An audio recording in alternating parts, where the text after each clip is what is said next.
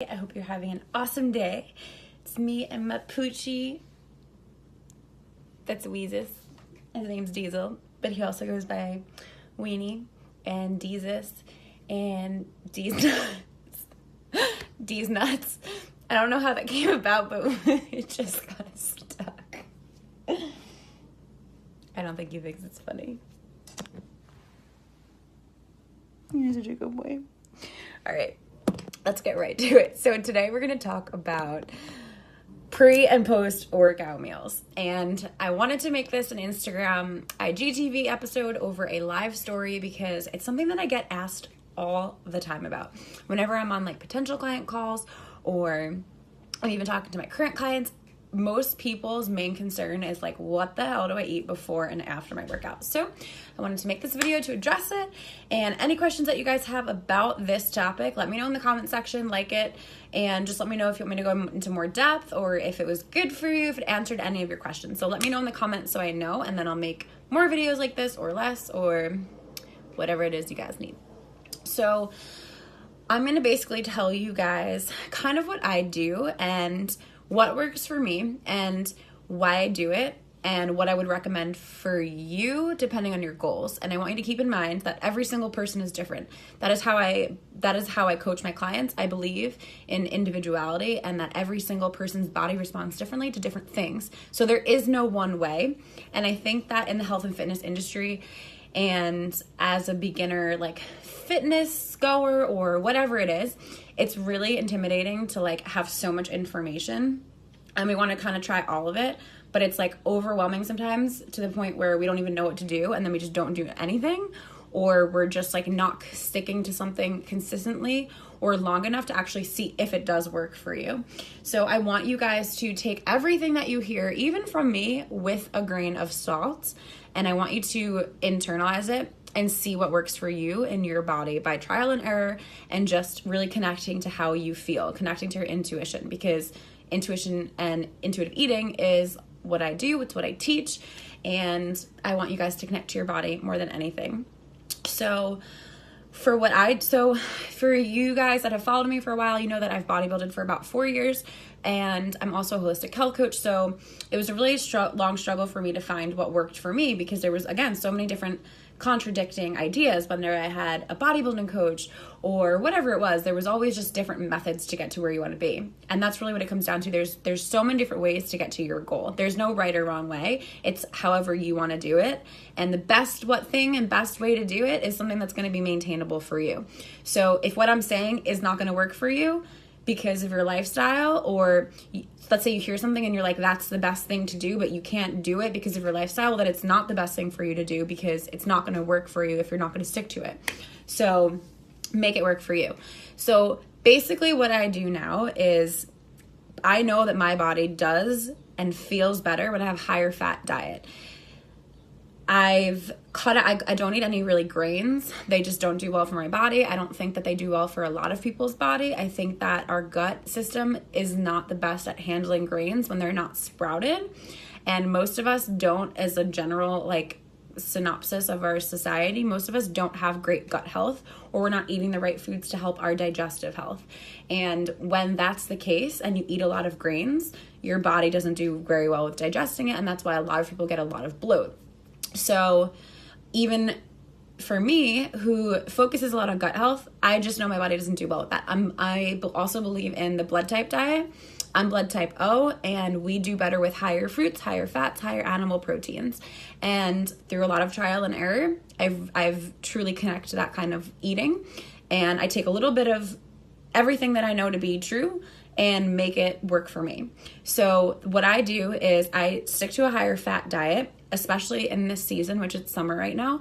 So I eat higher fats, lower carbs. The carbs that I do take in are more fruits, which is something that's kind of newer for me because I did stay away from fruits for a very long time. But through trial and error, I completely recognize that grains do not work for me, and I'm kind of going through this trial and error phase, and right now, this was what works for my body. My body is responding great to fruits, and I'm using those as my carb sources, and my body looks good, it feels good, and I'm happy. And it's also summer, which it's part of seasonal eating.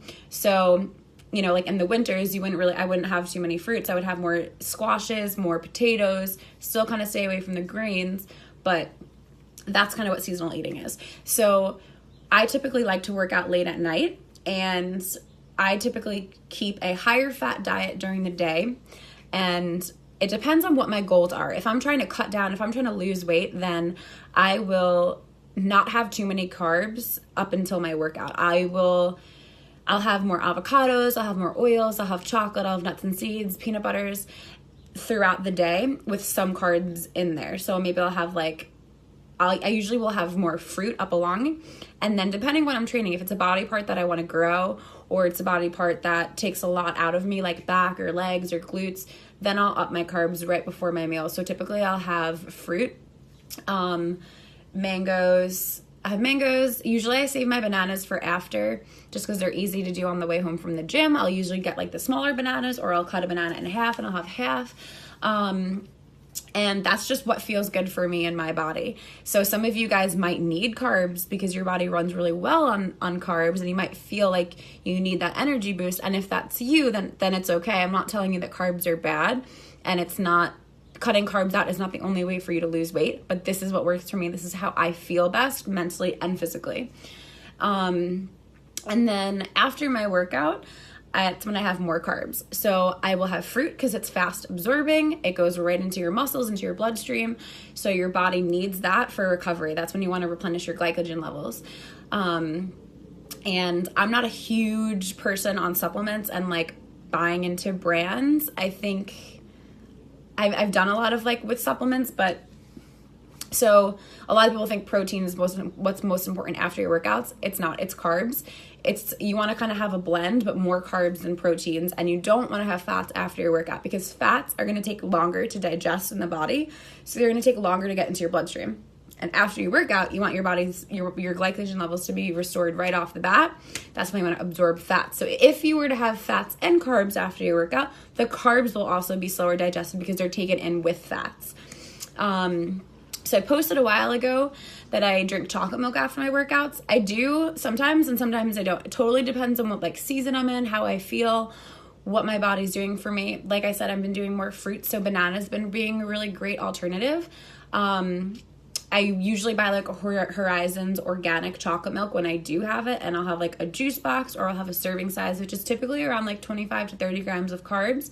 And then there's usually like 8 to 10 grams of protein in there. So you're getting a little bit of both.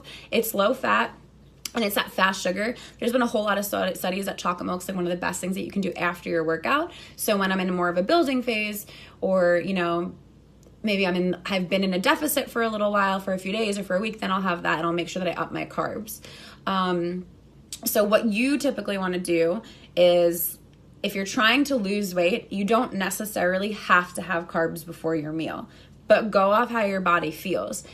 Don't cut out fat. So you need to have either carbs or fat, and fat's so important for your hormone levels, for your energy levels.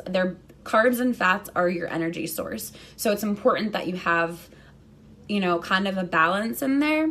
I'm not completely keto at all. I just prefer to save my carbs after my workouts. That's what feels good for me. And my cravings are like zero. Since I've been cutting grains out and adding fruit in, I have like zero cravings, and I feel great. So, like I said, you don't have to have carbs before your workout. If you are in a building phase, which probably most of you guys are not because it's summer, but if you are and you're trying to build muscle, then you can have carbs for your pre-workout meal. If you're still trying to kind of lose weight, but you're trying to sustain your muscle, then do no carb, do carbs before your workout, and then do carbs after. Your body needs carbs after your workout. That's the most important thing. So I hope this video was helpful to you. Let me know in the comment section what you guys think and what you need more information on. Love you guys.